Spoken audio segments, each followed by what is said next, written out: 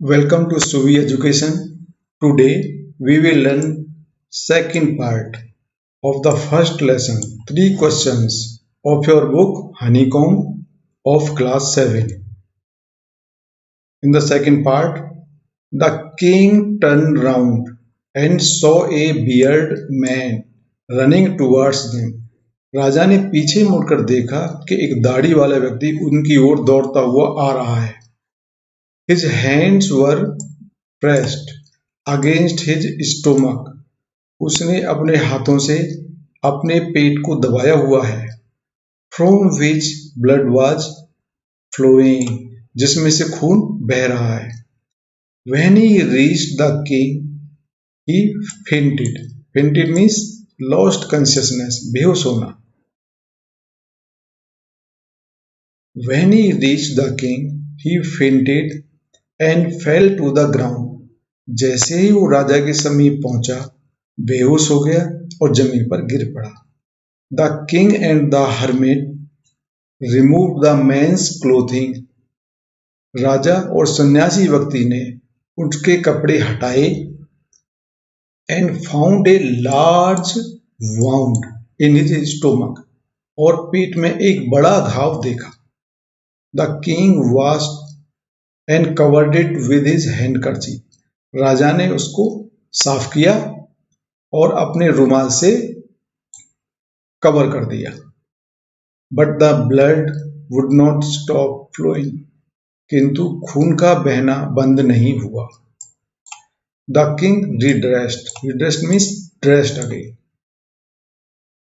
The king redressed the wound until at last the bleeding stopped. राजा ने पुनः dressing की जब तक खून का बहना बंद न हो गया. The man felt better. उस व्यक्ति को आराम हुआ. And asked for something to drink. और पीने के लिए कुछ मांगा. The king brought fresh water. राजा ताजा पानी लेके आया and give it to him. और उसको पीने को दिया. By this time the sun had set. तब तक सूरज अस्त हो गया था, छिप गया था. And the air was cool. और हवा ठंडी हो गई थी. The king with the hermits help carried the bounded man into the हट. राजा सन्यासी व्यक्ति की सहायता से वो घायल व्यक्ति को उस हट के अंदर लेके आए. And led him on the bed. और बिस्तर पर लिटा दिया. The man closed his eyes. उस व्यक्ति ने अपनी आंखें बंद की. एंड ले क्वाइट. और शांति से लेट गया. The king tired by his walk and the work he had done.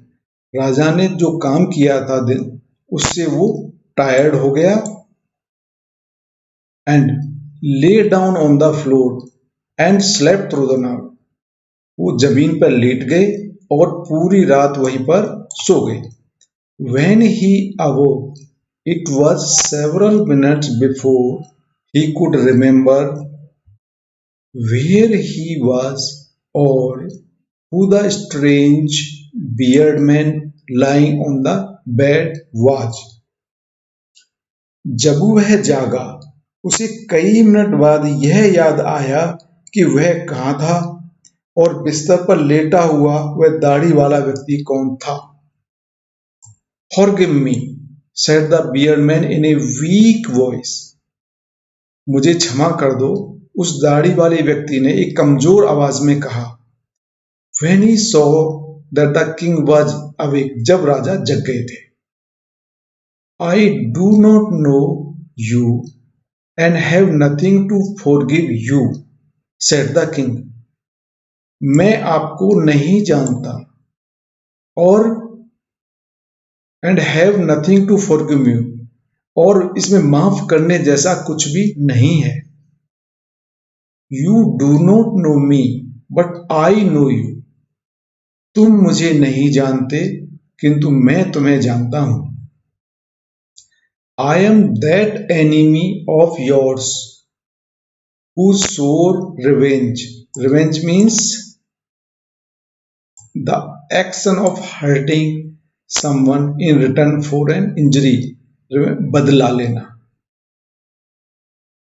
I am that any, मैं वह दुश्मन हूं आपका जिसने कसम खाई है कि मैं तुमसे बदला लूंगा। Because you put my brother to death, कि तुमने मेरे भाई को मारा है। And seized, seized means took by force my property, और तुमने बल के प्रयोग के आधार पर मेरी सारी प्रॉपर्टी को अपने कब्जे में ले लिया है। आई न्यू, मैं जानता हूं, you had gone alone to see that hermit, कि तुम अकेले हर्मिट, उस सन्यासी व्यक्ति से मिलने जा रहे हो। And I made up my mind, इसलिए मैंने अपने मन में आपको टू किल यू, मारने के लिए समझाया। ऑन योर वे होम, जब आप घर यहां से वापस लौट के जाओगे। But the day past and you did not return, पूरा दिन व्यतीत हो गया किंतु तुम वापस नहीं लौटे। So I left my hiding place, इसलिए मैं अपने छिपने के स्थान से बाहर निकला। And I came upon your bodyguard, और आपके बॉडीगार्ड के सामने पहुंच गया। हु रिकॉग्नाइज्ड मी, जिसने मुझे पहचान लिया। एंड वाउंडेड मी, और मुझे घायल कर दिया। आई एस्केप्ड फ्रॉम हिम, मैं कैसे भी वहां से छिप करके आ गया, बच करके आ गया। But I should have died, मैं वहां मर गया होता। If you had not dressed my wound, यदि आपने मेरा जो घाव है उसको ड्रेसिंग ना की गई होती। I wish to kill you and you have saved my life, मैंने तुमको मारने की इच्छा जाहिर की थी और तुमने मुझे सेव किया, बचाया। नाउ अब, इफ आई लिव, यदि मैं जिंदा रहता हूं, I will serve you as your most faithful servant, faithful means loyal, and will order my sons to do the same, forgive me. Now अब, यदि मैं जिंदा रहता हूं तो मैं तुम्हारा सबसे भरोसेमंद फेथफुल सर्वेंट रहूंगा, और मैं अपने बच्चों को भी कहूंगा कि वो भी यही करें, मुझे माफ कर दो। The king was very happy, राजा बहुत खुश हुआ। To have made peace with his enemy so easily, खुश इसलिए हुआ क्योंकि उसने बहुत आसानी से उस दुश्मन से दोस्ती हो गई। And to have won him over as a friend, और उसको दोस्त बना लिया। He not only forgive him, उसने न सिर्फ माफ किया, बट सेड, और कहा कि he would send his servants and his own doctor to look after him, वो अपने डॉक्टर और अपने सर्वेंट को तुम्हारी देखभाल के लिए भेजेगा। एंड ही प्रोमिस्ड, और वायदा किया, to give back the man his property, और जो प्रॉपर्टी उसने ले ली है उसको वापस कर देगा। लिविंग द वाउंडेड मैन, उस घायल व्यक्ति को छोड़कर, द किंग वेंट आउट, राजा बाहर निकल के आए, of the hut, and looked round for hermit, और उस सन्यासी को देखने लगे। Before going away he wished once more to get answer to questions, वापिस जाने से पहले कम से कम एक बार उनसे मिलकर उन प्रश्नों का उत्तर पता कर लिया जाए। The hermit was on his knees sowing seeds in the bed, सन्यासी व्यक्ति सीड्स को बिखेर रहे थे अपने खेत में घुटनों के बल बैठकर। That he had been dug the day before, जो एक दिन पहले खोदा गया था। The king went up to the hermit, राजा सन्यासी के पास गए। एंड सेड, और कहा, for the last time I beg you to answer my questions wise man, बुद्धिमान व्यक्ति, अंतिम बार मैं प्रार्थना करता हूं कि मेरे प्रश्नों का उत्तर दे दो। You have already been answered. उनका तुमको उत्तर मिल चुका है। Said the hermit, still bending down to the ground and looking up at the king as he stood before him. उस सन्यासी व्यक्ति ने झुके झुके ही राजा की ओर देखते हुए उत्तर दिया। How have I been answered? What do you mean? राजा ने कहा कि मुझे इसका उत्तर कैसे मिला? इसका मतलब मैं समझा नहीं। डू यू नॉट सी? क्या तुमने देखा नहीं? रिप्लाइड द हर्मिट, हर्मिट ने कहा।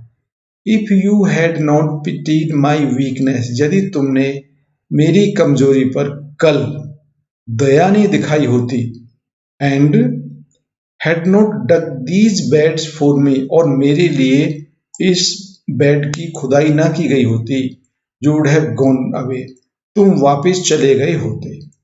देन तब that man would have attacked you, उस आदमी ने तुम पर अटैक किया होता, and you would have wished you had stayed with me, जबकि तुमने मेरे साथ रहने की इच्छा व्यक्त की।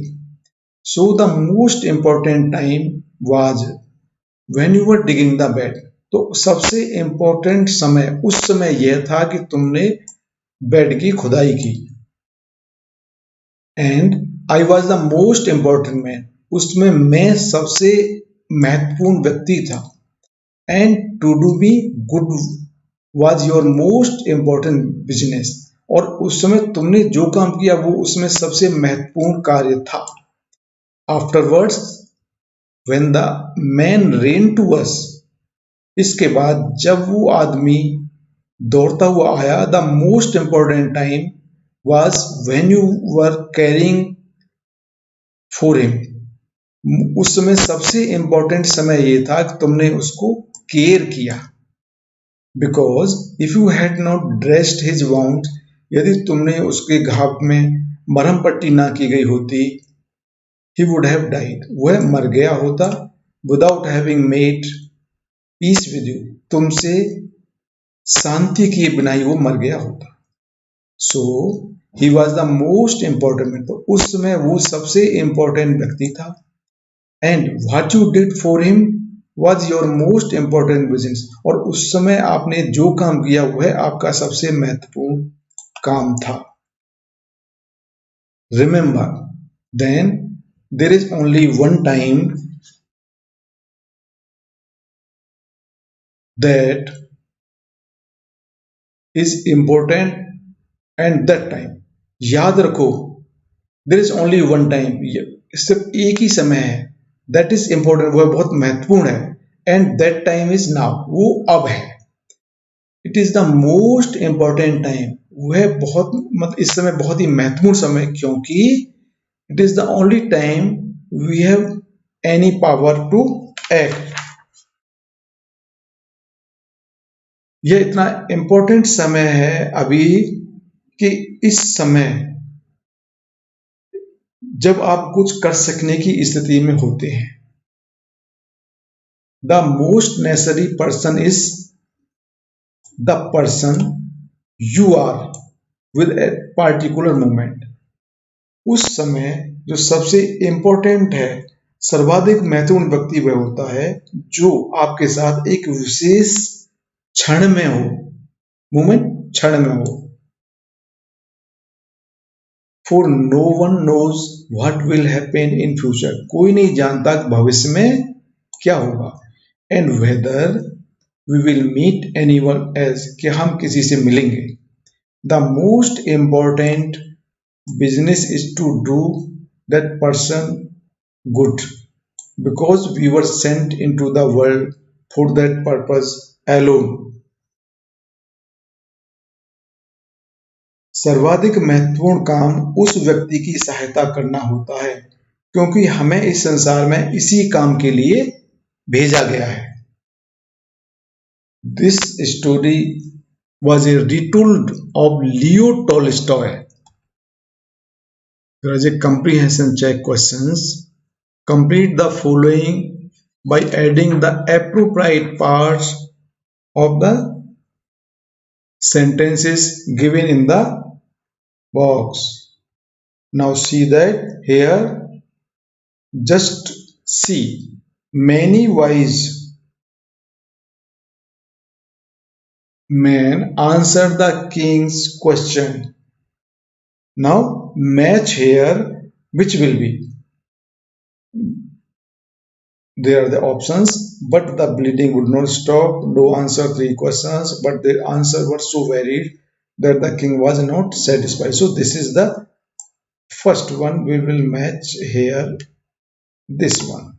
Second, someone suggested that there should be a council of wise men, which will be to match here. This will be matched here to help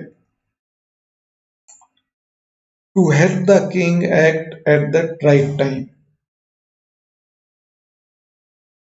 Someone else also Someone else suggested that the king should have a timetable. Third one will be matching with the which one follow and follows it strictly. Fourth one, the king requested the hermit